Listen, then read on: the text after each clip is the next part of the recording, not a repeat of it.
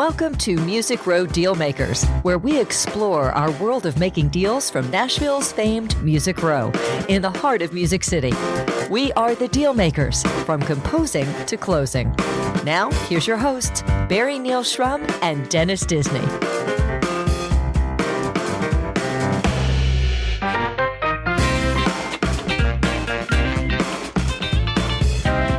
Hello and welcome.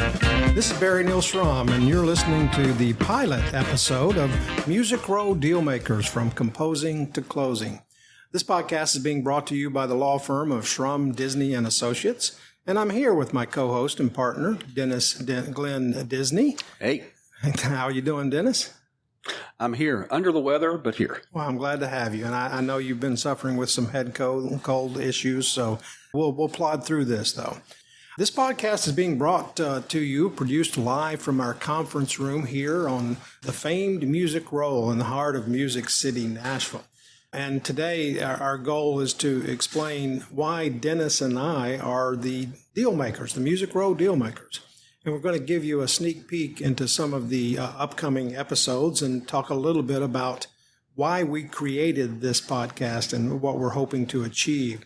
We hope you enjoy it. We've put a lot of time and effort into the creation of this podcast, haven't we, Dennis? Yes. So if you're listening in, please hit the subscribe button. Tell your friends about us. Put us on social media and all that good stuff. And if you are listening and you have questions, you can call us at 800-332-5657 or DEALMKR, Dealmaker. Or you can email us at questions@musicrowdealmakers.com. Dennis, why don't you explain to the listeners a little bit about who we are? Oh, I'd be happy to while I am sucking on some throat lozenges at the moment. No, but collectively, Barry and I have known each other since about 2009. So, Gosh, is that pushing, what is that? That's 15 years. Yeah. We've probably known each other. Did a little business together at one point and all that.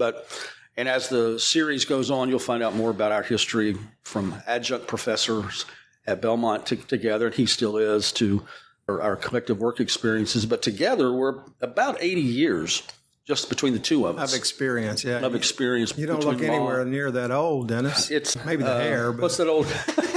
I don't look like I've been rode hard and put up wet necessarily. Yes, something like that. That's good. Depending on the day, though, right? That's exactly right. But we're not going to bore you with all that right now. You'll get to know us over time. But between us, we've done hundreds, if not thousands, of deals independently and together, and that across all forms of entertainment. So music, film, books, etc., podcast deals, influencer deals. And some of those get up into the seven-figure range. But we also have a heart for helping the up-and-comer, the ones who are looking at agreements that aren't anywhere near that valuable. The little guy. And helping them to get started on the right step, if you will. You've heard me say it before. One of my missions in life is to help people do what they do better, faster, cheaper, smarter, with more impact. And so we are indiscriminate of the size of the client, so to speak. We just want to be helpful. Everybody's a celebrity. Everybody. Yeah, I love that, actually, that idea. So we are the deal makers in that regard. But Barry, you actually are the one that came up with the real idea about doing this podcast and getting that going. And even though I'm a pretty voracious consumer of podcasts, you're the one who came and said, we need to do this. What started that for you? Well, that's a great question. And I guess in a sense, I've been thinking about this for a long time. I had a newsletter 25 years ago when newsletters were popular, long before the internet and blogs. And then I converted it into a blog. And of course, nowadays, the podcast is the way to go. So, and actually, you're the one that came up, I think, with the name Dealmakers, because we talked about that as a trademark, and you said, hey, that'd be a great name for a podcast, Music Row Dealmakers. And so, I guess the impetus of all of this is when I go out and talk to people, at parties and social settings where they say, oh, what do you do? Well, I'm an entertainment attorney. And when I say that, usually, and you probably have gotten this as well, people's faces go blank because they don't really know what you do. And so the first thing that comes out of their mouth, well, I bet you work with a lot of celebrities, or I bet you make a lot of deals, right? And so that is the concept of an entertainment attorney. People are really curious, I think, about what a lawyer in this space does. And their conception is that there are a lot of deals, and there are. So, I started thinking after you mentioned maybe we should use Music Row Dealmakers from composing to closing. And I started looking in the space. Like you, I like listening to podcasts, Way with Words and other things. A little plug for them there. But I started looking in the space in podcasting, and there aren't a lot of podcasts about negotiating and making deals specifically in our industry. So a lot of the planning that Dennis and I did and that went into this podcast is centered around that impetus of how people perceive what we do. So I guess the purpose of the Music Row Dealmakers podcast is to explore those aspects of deal making from the depth of our experience that you and I share.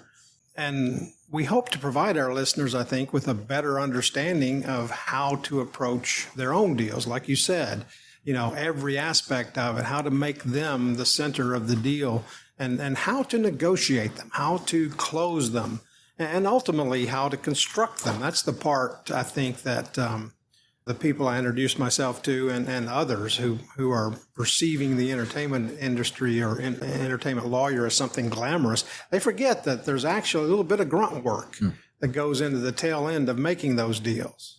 And the deal maker has to construct the right contract, right? What is that phrase you shared with me not long ago? I'd never heard it before in all my years about the bold print versus the fine print. What the large print giveth, the fine print taketh away. Right. That is right. That is our mantra around here, and it is so true. They're in almost every deal that you receive from some other party. You're going to have to look for those red flags, I call them, the gotchas, the thing that's buried in there that just negates everything else. We have this common phrase in deal making, notwithstanding anything else contained in this agreement, this is the truth. So that one little phrase can negate everything that came before it. So this process is not sometimes as glamorous as people might imagine. It's hard work. And we're going to take you through some of those aspects of deal making and constructing contracts and all that fun stuff, or at least fun to us. We are geeks, but hey, I think there's an audience out there. So we're excited to explore some of these topics we've planned. Just to give you a few examples, our first series is going to be a 10-part series. It's going to be called Iconic Deal Makers, and we're going to take a look at people throughout history who put together some of the most iconic and special deals, game-changing deals. One of the first we're going to talk about is an old friend of mine and client, Frank DeLeo. Dennis, did you know Frank? I never met him. I was first introduced to who he was in that book Hitmen that came out in the 80s. Oh, that was an amazing book. Oh, yeah. Yeah.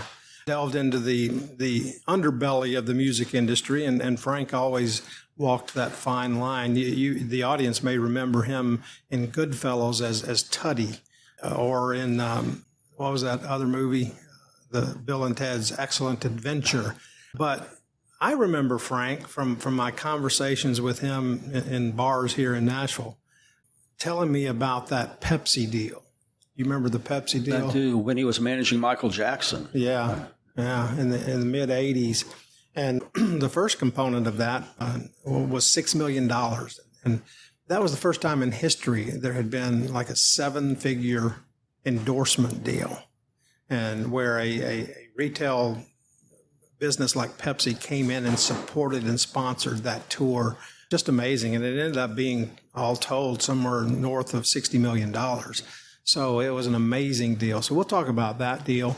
We'll talk about a man named Charles Pyle. His nickname was Cash and Carry Pyle. And I know, Dennis, we talked about this, and you had not heard of Charles Pyle. He's not as prominent as some of the guys these days. But this guy, he's amazing. He put together the precursors of the NFL and the tennis tours that we now know.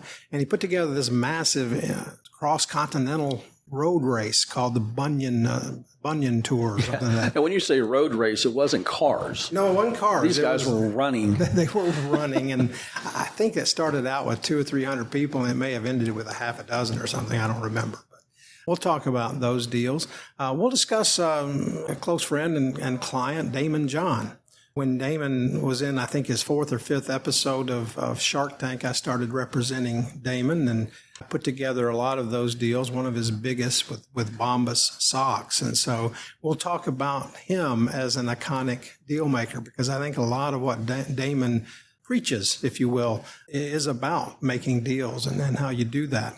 We'll discuss the Tin Pan Alley publishing industry. And Dennis, you remember that, and from the mid 1800s. Okay, I'm not that old to know when it started. Oh, come on. Okay. You wrote with Urban Berlin. I know what I've read, but yeah, it was really the, for lack of a better term, where the publishing industry really started taking off. It was, back at that time, of course, it was all about sheet music.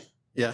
And Tin Pan Alley was the area where all of these publishers of sheet music were existing, basically. And now it's sort of grown into the major music centers have this thing called Tin Pan Weeks. Yep. In Nashville, we have Tin Pan South. Right. And the idea is Fun there time. where over multiple days, songwriters come together and in various venues around town showcase their songs, some of the big hits they've written and new stuff potentially. It's really fun. It's great energy in town on Tin Pan Week for sure. It is. You mentioned sheet music, and one of the things about that era is that there were a lot of technologies developing over that time. One in particular was the player piano, and all of those issues. And that's why they started doing sheet music, because after the Civil War, there were something like 25,000 pianos being sold every year. And people were looking for things to do after being involved in the war. So people started buying sheet music in order to learn the piano.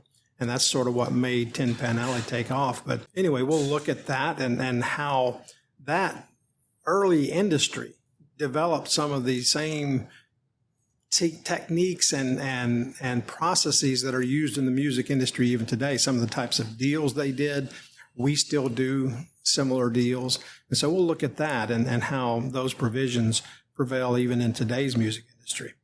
We're going to look at a couple of specific type of deals. For example, we're going to have a series called the Holy Grail series, where we'll examine recording agreements. And Dennis, you know why we call it the Holy Grail. Oh, everybody comes into town looking for a deal. That's exactly right. They're looking for that Holy Grail that's going to catapult them from being an unknown to a superstar. I will say, just a minute, and we'll get to that in that series. Yeah. But just the last few years, with the rise of independence, and if you guys heard some of that, we've got construction going on next door that we've been complaining about. Sorry, guys. But the independents, a lot of them now are coming into town not looking for a record deal, but that doesn't mean they don't need to, they're not going to have deals. They have to, and that could just be their music going up on the digital service providers, the Spotify's, Amazons.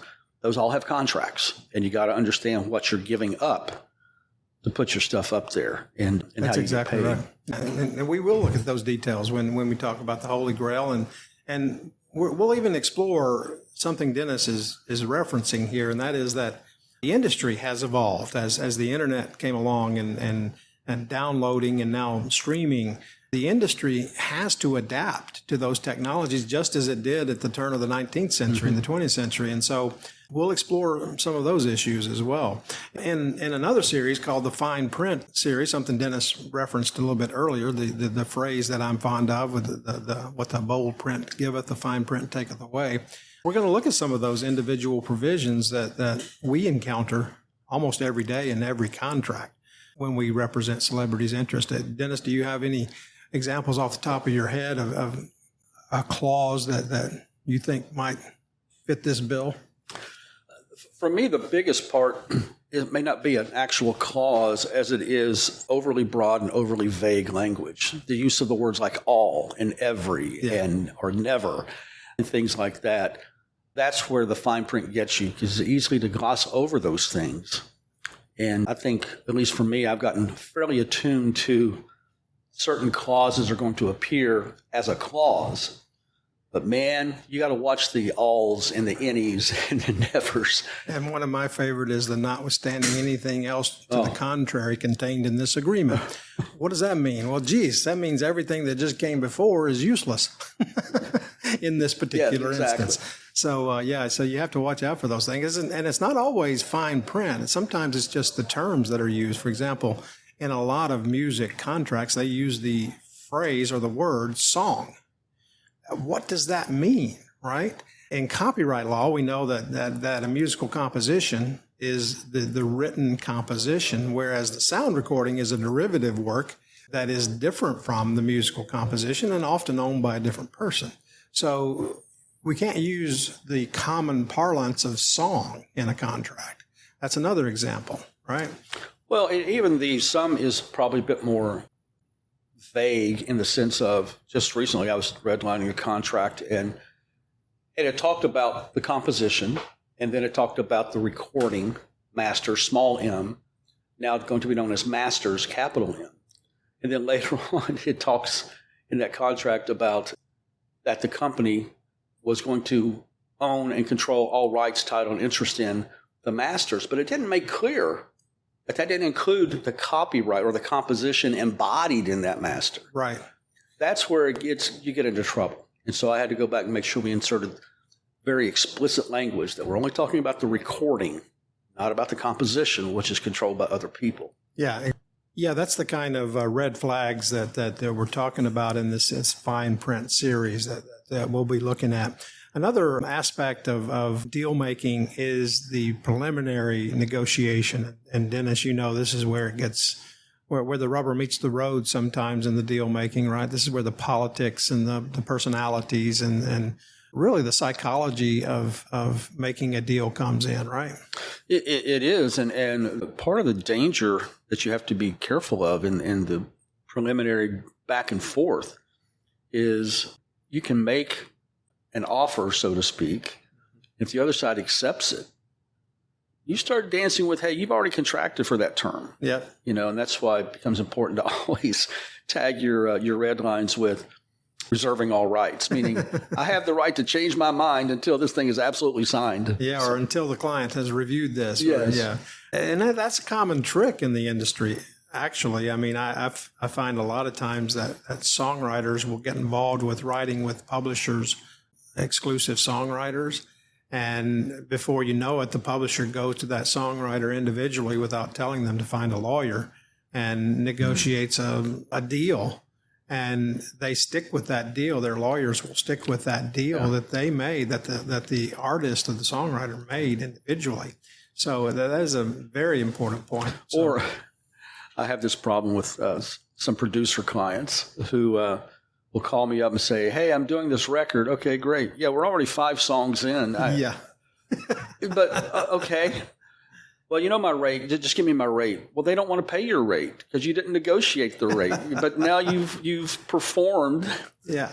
You've put me behind the 8 ball, dude. So. Yeah, you've written an unwritten agreement. Exactly. It's an oral agreement you've already made. People don't understand that. I've had to tell a couple of them, I said, if someone comes to you and says, hey, I'd like you to produce, and you really want to do it, you have 2 responses. First one is, I would love to do that. Second one is, call Dennis to work out the details. That's it.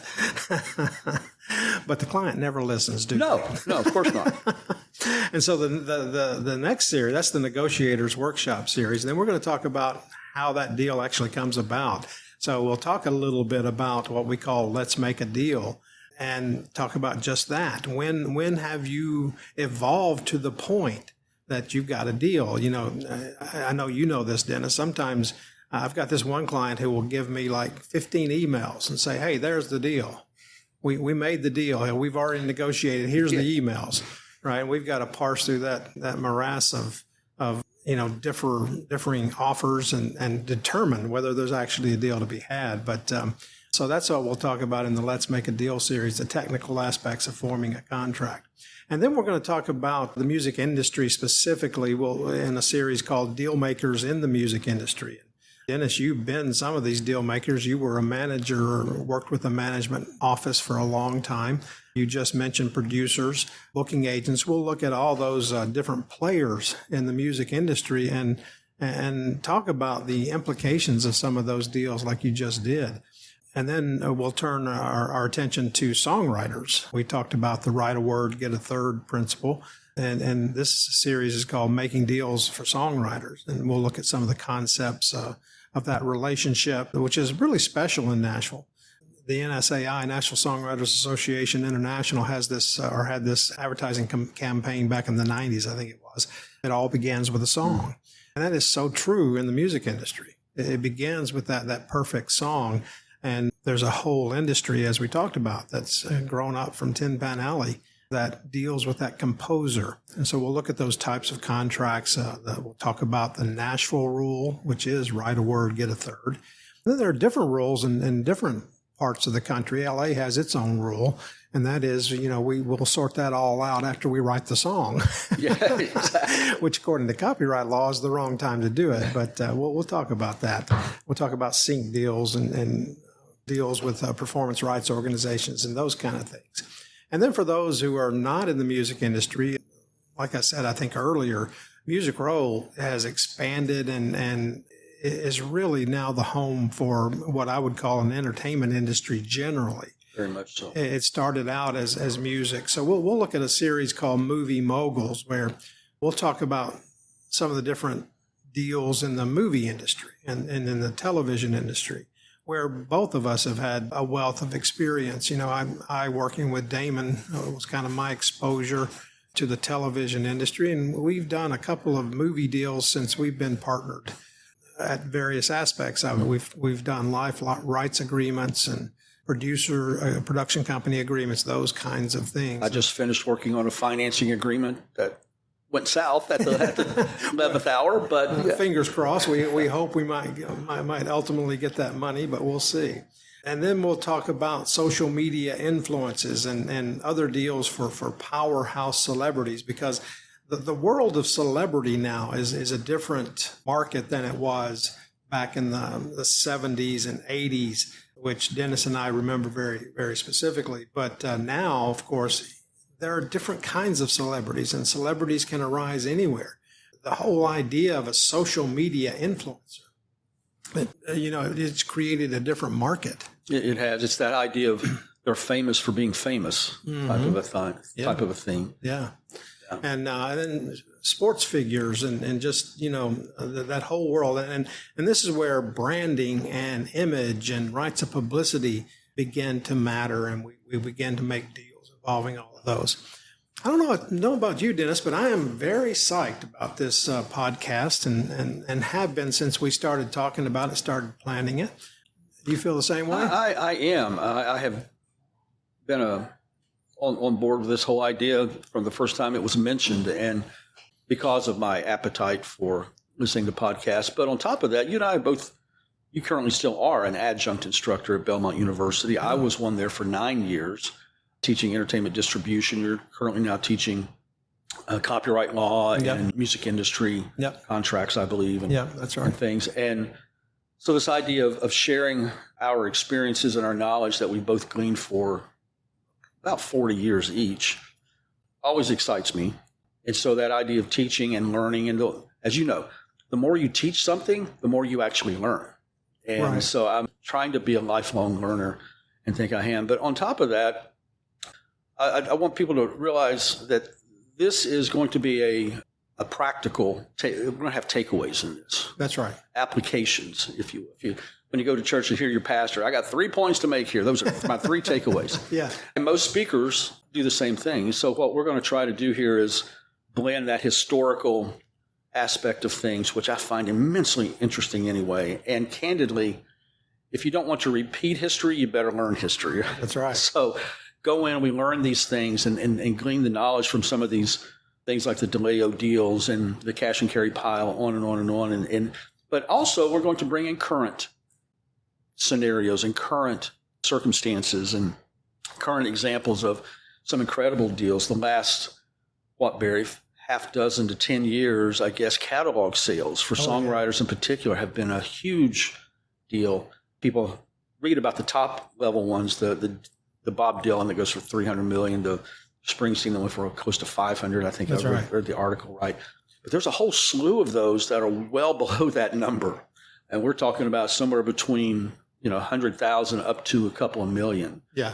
And there's a voracious appetite out there on the buyer side for this. And we'll talk about why that is and some of those things. So it won't just be historical. We're going to bring in the current events idea of things, and we will get into a lot of constructing of contracts and that sort of thing, which I'm sorry, you just have to know that if you're going to be in this business. And then hopefully we'll give you, 2, 3 or more takeaways that you can apply to right as soon as you hear this podcast. So I'm a big believer in what's called idea tithing, as you know, and I've shared that before here, where I will give away ideas. I won't charge somebody for 1 or 2 things that might push them further toward their goal, because I believe that comes back to me, has for 40 years. Mm-hmm. And so that's what I want this podcast to do as well. You listen to a podcast, you go, wow, man, I've learned something. I've got a couple of things in here I can apply today to what I'm looking to do. Yeah, to that point, we are at the end of every episode. Our goal is to do what we call, Dennis is calling them takeaways, and that's fine, but we're going to call it the walk-away section, because there's this principle in deal making where, it's the point at which you got to walk away from the deal. When you've tried your best to negotiate all the points you want. And so we're going to take that as a metaphor for points, like you said, that the listener can walk away with. We're going to give you 3 to 5 points that you can take home with you and apply in your everyday deal making. And to your point about walk away, you don't go into a negotiation without knowing, here's the point. Where is that point? Past which, no. That's your ultimate leverage, is to not do the deal. That's right. And there's an old adage in the entertainment world. I first heard it in film world. You don't make or break your company by what you choose not to do. You only make or break it by what you choose to do. And we all know of examples of people who've just made bad deals. And I'm sorry, no deal is better than a bad deal. It just is. So we'll get into some of that. And so remember, if you're listening to our podcast and have questions on any of these topics, we'd love to hear from you. You can get in touch with us in various ways. You can call 1-800-DEALMAKER, that's DEALMKR, or numerically 332-5657. Or you can email your questions to questions@musicrowdealmakers.com. If you need representation, come visit us at our website, shrumdisney.com. And, Barry, before we get too far down the road, before you became a lawyer, you were actually a theologian, or studying to be a theologian. Were you an actual theologian or studying to become a theologian? I was a practicing theologian, let's call it. And then somehow your crazy brothers, I love Mike and Kim, but your crazy brothers took you off in a different direction. So tell us a little bit about that. Oh, my gosh. Well, that goes back a long way. Sorry, I just bumped into the table here. If everybody's okay. That goes back to the 70s and 80s. Of course, like every set of brothers, we had 3 brothers and a cousin or 2. And we had a boy band, and everybody in that era, wanted to emulate the Cowsills and the Jackson 5 and all of those famous, the Osmonds, all those famous brother bands.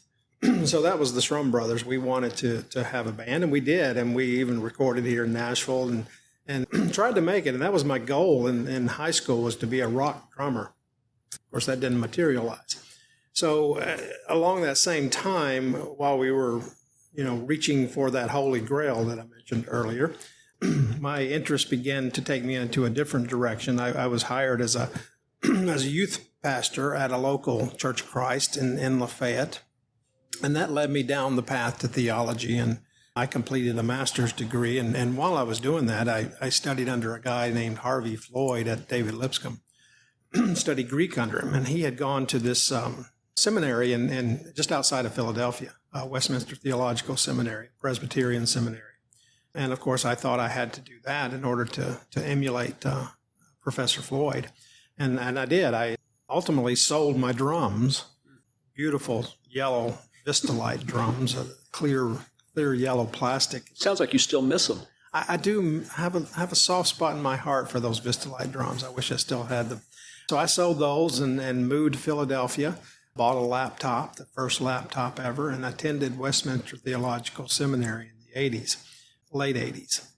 And while I was there, my brothers, of course, continued on with their antics.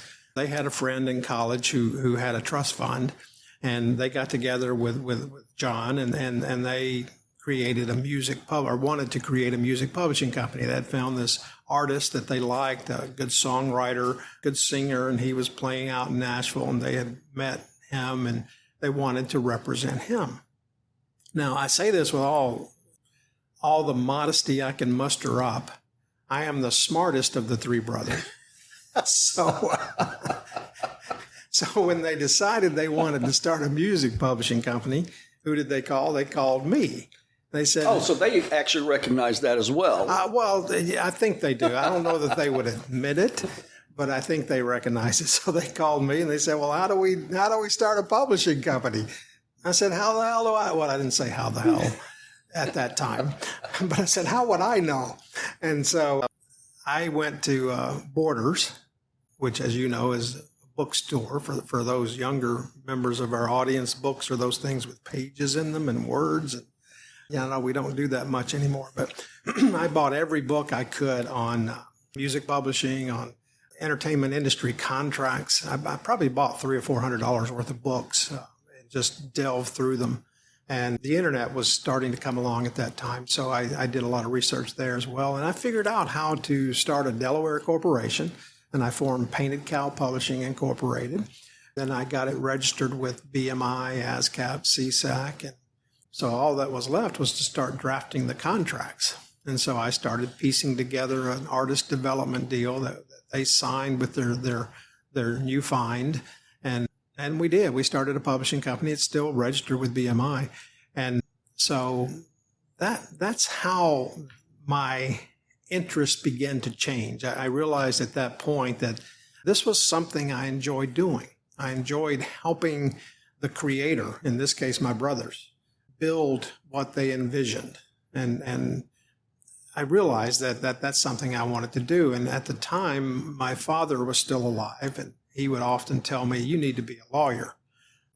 That was usually after I had some big argument with him about some politics or something, because I was, at that time, a little bit hard-headed. Some people might say I still am. But through that process, I discovered that I enjoyed building something. And that was an aspect of the law I'd never considered before. That's something I think that is the essence of this podcast, is that when we make deals, we are building something. You referenced this earlier when you talked about helping somebody build their dream, right? That's the aspect of law that I enjoy. So that's my story. You had a similar experience, I think, traveling through the South with your family and somewhat. Singing in churches. My father grew up just singing by himself. I mean, not profession, not even in church, not anything like that. My mother actually did sing with a little trio up in Michigan. She had migrated up there in the mid-50s at the age of like 18 or 19, because that's where all the work was headed up there. And she actually did sing with a little trio from time to time up there in some clubs. But once they got married, my father just loved music. He played guitar by ear. He knew 3 chords. I eventually taught him a 4th. I learned to play by ear. Never professional. My father once told me, he never really understood what I did here in Nashville before I became a lawyer. I mean, he passed away about 15 years ago before I became one, but he at least once a year he would ask, "So tell me one more time what it is you do for a living." And I tried to tell him that, and he goes, "I always thought you'd be a guitar player playing with somebody." I said, "Dad, I play guitar so badly, the best I could hope for might be once a month at a VFW in Paducah, Kentucky, maybe." That's really it. Hey, let's not knock Paducah. I'm not, and I'm not knocking VFW's clubs either, but they're not the bastion for great musical talent necessarily. Yeah, I don't see Eric Clapton playing in the VFW. No, exactly. And I tell this story. I told him then, I said, my UPS driver's a better guitar player than I am. And lo and behold, a few years later, I had a small business. I worked from home doing marketing and management after some years at labels. And my heating and air conditioning guy came in to do some work. And on the first visit, we got talking about a few things, but not about what I did for a living necessarily. On his second trip out, he actually came into my home office so I could write him a check and sign the forms. And he saw some gold records and stuff on my wall. And he goes, "Oh, you're in the music business." I said, Yeah. He goes, Yeah, I'm showcasing for Sony Music in about 2 weeks. I'm like, oh my gosh, my heating and air conditioning guy, man. So I don't think he ever got the deal. But having said all that, yeah, I grew up playing with my family as far back as I can remember, just singing, and that led to doing a couple of family specials at church, And then from there, we had some small churches call up and say, "Hey, can you all come out? We're having a revival." And I, back in that time period, grew up in Kentucky, born in Kentucky, grew up in small town West Virginia. So it was all holler churches, all these, every denomination you can think of, but friends of a friend would refer us and, "Oh yeah, the Disney family, they did this at our church or at our revival." You might have to explain to our Northeast listeners what a holler is. So when you're in the country, a holler is way back up in the hills, basically. It's that space between the mountaintops and the valley area. And I kid you not, from the last time we did one as a family, it was right before I got married. I got married in 1984. And one of the last churches we played still had outdoor toilet facilities. No indoor plumbing at all. Yeah, great churches like that.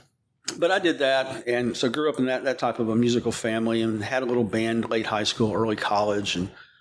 But my father was in the bridge business, and I thought, well, I need to be a civil engineer. I loved trigonometry in high school, and so spent the first 3 years of college thinking I was a civil engineering major. After 3 years and a 1.8 GPA, realized I don't have the drive to be designing bridges. Or the math skills. Apparently. I did get through calculus, too. That topped out. That was a struggle. Barely passed it. You made it further than I did. But my wife, who we were dating at the time, said, "All you're doing is paying attention to the music business. Why don't you pursue that?" Well, we didn't know, small town West Virginia, how do you even do that? And we took every album that we owned, those big 12-inch vinyls, for those of you who don't really know. And on the jackets, they had addresses, a lot of them, either for the record label or for a recording studio or whatever. And we just wrote letters, pre-internet, obviously. So we wrote letters and got probably about 25 or so responses back. I wrote about 60-some letters. And of the 25 responses, 80% of them mentioned Belmont as a college then. And position right here at the end of Music Row. Right. And I loved it and said, "Hey, let's check that out." Applied, was accepted. Right before I came down here, I took a 7-week course to learn about studios, a little place called the Recording Workshop in Chillicothe, Ohio. Some people out there may know it. I've met actually, just a handful of people here in town that went, "Oh yeah, well, I spent some time at the Recording Workshop." I went, "Oh my gosh." In little Chillicothe, said I did too. But that got me here in Nashville. So I was finishing up my degree at Belmont, working in a little studio. Once I got my car paid off with that year of 84, I sought an internship just so I could network. And what I thought I was going to be a record producer, song publisher when I got here, the internship I took was at a label. All they had was in publicity. I was really good in English. Wasn't my favorite subject at the time, but I took the internship in publicity and fell in love with the label side and marketing and management and changed my trajectory at that point. So I spent several years at labels in the late 80s, all through the 90s. Right before I got to the label side, I started managing an artist that I'd met at college. He's a Christian artist named Stephen Curtis Chapman. I worked with Stephen on his first 3 albums. he's done a couple of things. Just became a Grand Ole Opry member earlier this year. Congratulations, Steve. And so I worked with him on his first 3 albums. We're still great friends. He went to a bigger management firm. I went to the record label side, did that until the end of the 90s, and worked my way up to marketing executive. I was running the marketing department, so marketing, promotion, all the budgeting associated with that, and loved it. Left there and went on my own to do marketing and management, worked with some lower level artist names for a few years, did a lot of marketing, but then through the economic downturn that started about 07 going into 08, and that carried on for about 3 or 4 years actually, I ended up going to a book publisher to run marketing for them in 2012. Was there for 3.5 years, tell people I got my MBA in book marketing, if you will, or book publishing, I should say. And then I came back into the music industry in 2015, COO for an artist management firm, the manager I'd known since the late 90s. And his artist he's still managing, I'd met her. It was his first artist he managed, Natalie Grant. And we signed her at the record label I was at. We signed her to her first record deal. So I sort of reunited with Natalie and Mitchell. And from there, I was there for 8+ years. But during the middle of that, for the listeners, we're about to, for most people, that's a lifetime career, right? And so when how old were you? When you decided to go to law school? I was 57. So for most people, 57, I've done all these things. It's time to retire, right? No, not for Dennis. What's the rest of the story? I was adjuncting at Belmont University, had been for 8 years at that point. And that's where we met. And that's where we met in the hallway one day, and then we've known each other since. And I even brought you in to do one legal project for us at the management company. Mm-hmm. So we had stayed in touch through all that. But I had always had this interest in law. I can remember back to my high school band days, so to speak. And I was telling them then, I said, hey, let's do our own record. We can figure out how to do that. I'll do all the contracts. I didn't know anything about contracts, but I just had this, I guess, innate idea about wanting to work around contracts. So I thought, well, as I get older, a couple of things are going to happen. I'm going to either become too old and for artists, newer artists, and they'll start thinking, well, you're now irrelevant to me as a manager, or I'm just going to wither, and I don't want to do that. I want to learn. I want to stay active. I don't want to retire. I really don't. So I went to the dean of the Curb College of Entertainment and Music Business, Doug Howard. Our friend Doug Howard, who for the audience was head of Lyric Street, I believe it was. And Sony. He was at Sony for a while. He himself is an attorney, and worked for years in the music business. Great guy. Shout out to Doug. And he became dean of the Curb College of Entertainment and Music Business. So I went to lunch with him in the summer of 2017. And I said, Doug, what do I need to do to become a full-time professor? And because at the time I only had a bachelor's. He said, well, you got to have a terminal degree, which means a doctorate. And I go, I'm not going to go get a PhD just to get a PhD, but I have an interest in law. But I have to work just from a financial cash flow. Thank God, I love this. My wife has been a stay-at-home mom since 1999. So I'm the sole breadwinner. I said, so I need to work, have to work, want to work, because I loved what I did. But I want to study law. That program I can fit into economically and time-wise is Nashville School of Law. It's a night program. But because it's at night, it's 4 years instead of 3. I said, I'll be 60 when I graduate. I turned 61 later the year after graduation. He said, that's a 4-year program, but how old will you be in 4 years if you don't go to law school? That's brilliant. Doug. That's brilliant. Called my wife when I left lunch and said, okay, I'm taking the LSAT. She was all on board. She has been from day one my encourager, my biggest fan. And, the funny thing, real quick story on this, and I'm sorry, I love stories, and we'll get into that as this podcast continues on. We love telling stories. But because I was always in music marketing for the most part, at the time I had any artists that were Grammy nominated, I'll put it that way. Marketing people don't go to the Grammy Awards. A&R goes, managers go, that type of thing. So now jump to when I'm at the management company, and one year we had 5 different artists across 8 nominations. So we took the whole staff up because we needed all hands on deck, to handhold everybody. And I'm sitting there, this is now 2018, I guess, early 2018, and I'm sitting there in the arena. It's when I had gone to Madison Square Garden in New York. And I had to call my wife, and I said, it just hit me like a ton of bricks. I said, babe, I'm here only because of you. Had you not encouraged me, had you not pushed me, had you not said, chase your dream, and had you not supported me in those early days, she was the primary breadwinner from 84 to 90 to the early 90s, I guess, until I had moved up the ranks at a label. And I said, hadn't been for you, I wouldn't be here seeing what I'd always dreamed of being, which was attending the Grammy Awards with nominated artists.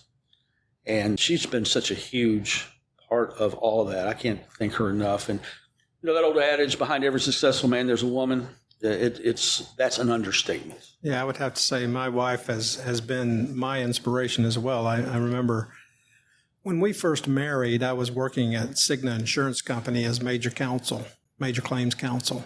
And, it was not my dream job. As you heard, I went to law school to help, struggling musicians and my brothers. And so, but I had, got caught into the rat race. And ultimately, I did my job so well, they laid me off.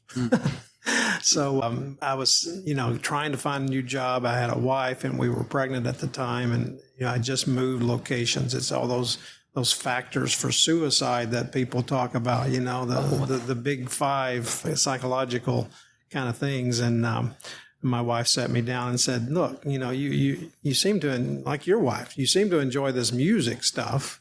You helped your brothers with the business. You've kind of dabbled with that all the time. Why don't you just go hang a shingle for yourself? Yeah.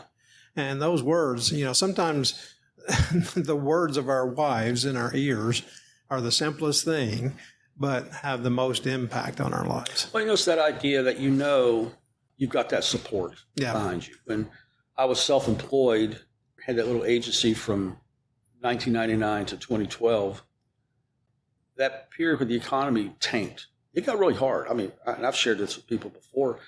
We almost lost the house. We were 7 months behind. Everything had dried up. A lot of independents wanted to work with me, but they always wanted me to take a piece of the back end, and I had to keep telling them there is no back end to pay me. Yeah.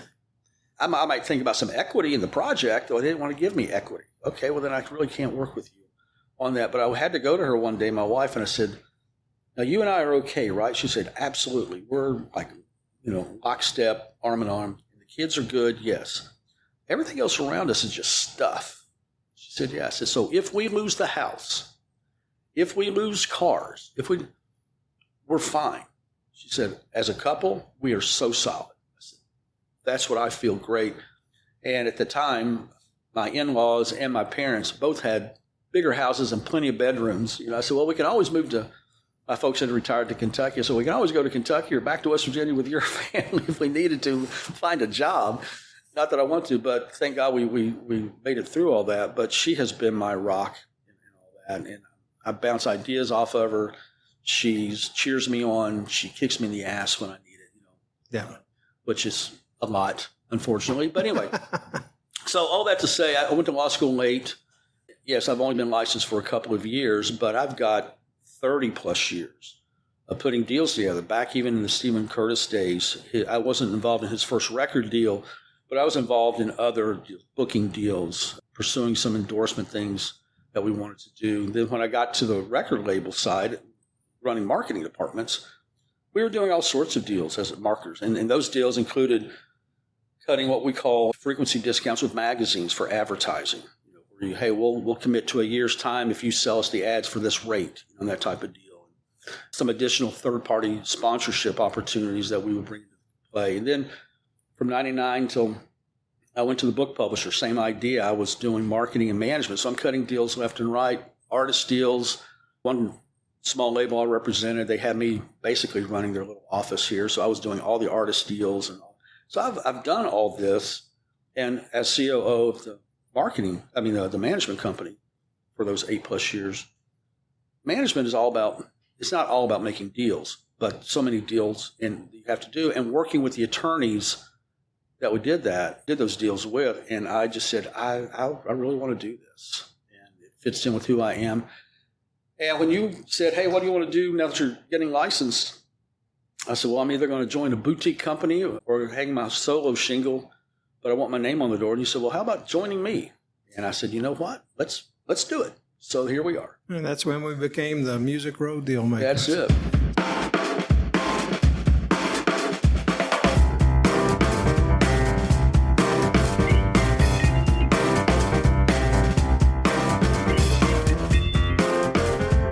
Well, listeners, we hope you've enjoyed our pilot episode, getting to know Dennis and I a little bit better, and talking a little bit about the podcast and what we're going to be doing here. Before we leave you, just a little bit about how we're going to format each show.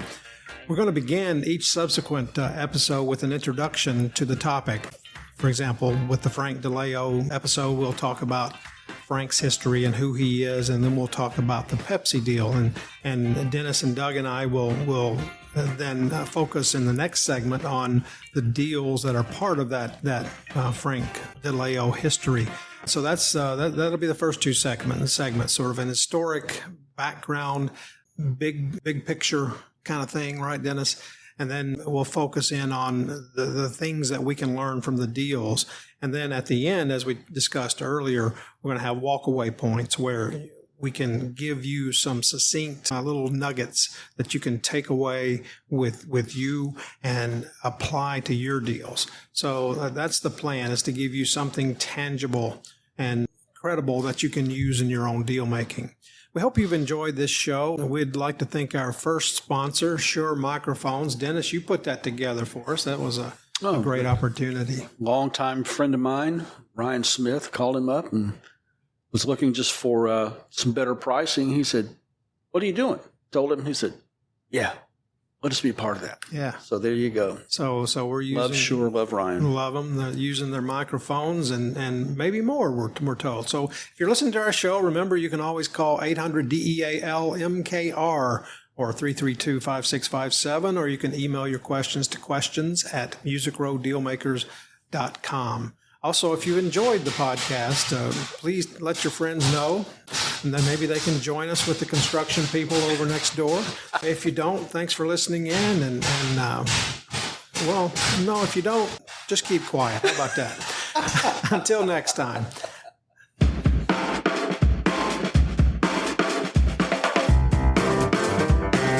Music Row Dealmakers is a production of Shrum Disney Associates, recorded on location on Music Row, the heart of Music City, Nashville.